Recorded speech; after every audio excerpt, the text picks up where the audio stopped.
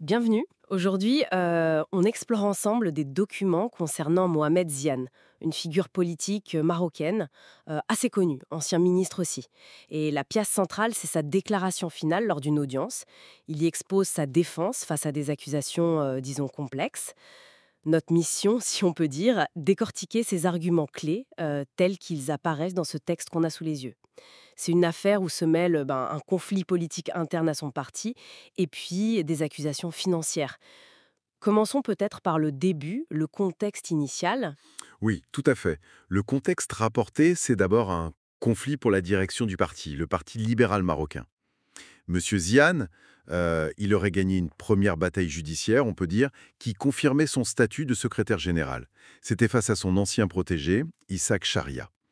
Et c'est suite à ça, en fait, qu'une nouvelle plainte a émergé. Exactement. C'est Monsieur Charia qui a ensuite accusé Monsieur Ziane de détournement de fonds du parti. Et c'est là justement que l'argumentation de Monsieur Ziane, telle qu'on la lit dans le texte, devient particulièrement intéressante, non? Hmm.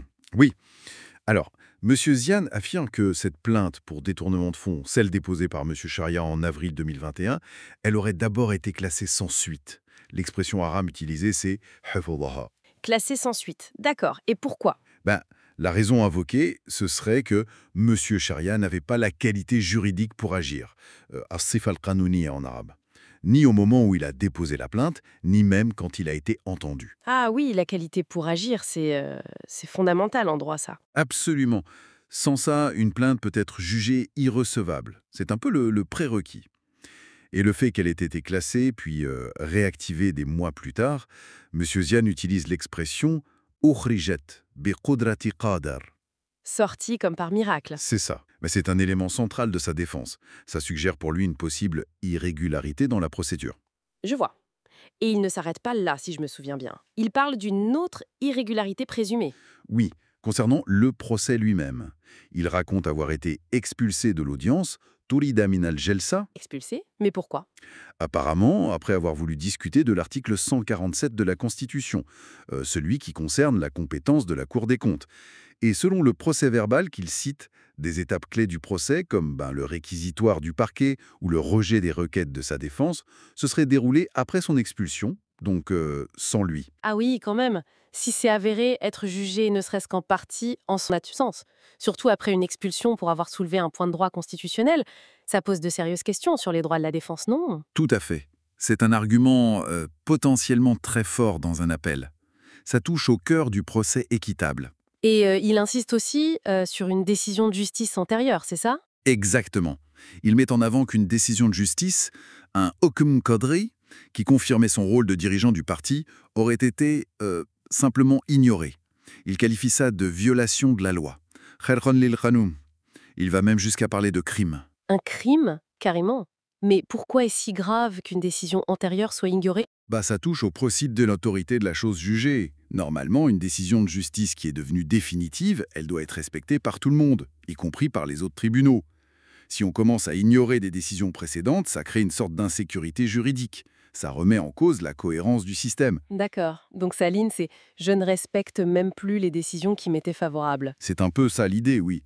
Questionner la cohérence et la primauté du droit dans le traitement de son affaire. On voit bien la stratégie juridique, les arguments de procédure, de fond, mais dans sa déclaration, il y a aussi une dimension plus personnelle, non? Il fait appel à autre chose. Oui, tout à fait. Il s'adresse presque directement à la conscience des juges. Il leur rappelle leurs responsabilités. Il cite même des juges du passé connus pour leur courage, leur indépendance.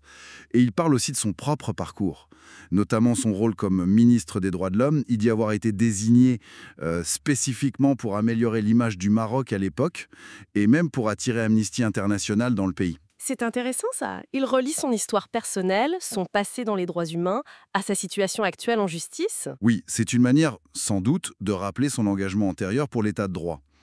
Et peut-être aussi de contextualiser les enjeux de son procès au-delà des simples faits qui lui sont reprochés. Une façon de dire «Regardez qui je suis, ce que j'ai fait». Hmm, je vois.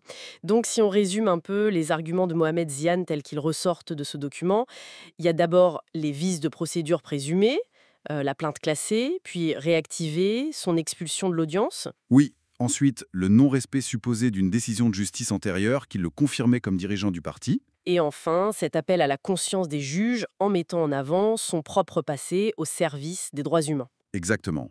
C'est une défense qui mêle le technique juridique et une dimension plus, disons, politique et personnelle. Et ça soulève une réflexion intéressante, je trouve. Au-delà de la question de la culpabilité ou de l'innocence qui relève de la justice, bien sûr, ce genre de déclaration montre bien à quel point, dans certaines affaires très médiatisées, le droit, la politique, les parcours personnels, tout ça s'entremêle. C'est quasi inextricable. Oui, c'est vrai. Et ça invite peut-être à réfléchir à la manière dont l'histoire d'une personne, ses relations passées avec l'appareil d'État, peuvent influencer, consciemment ou non, la perception et même le déroulement de son propre procès. C'est une question qui reste ouverte.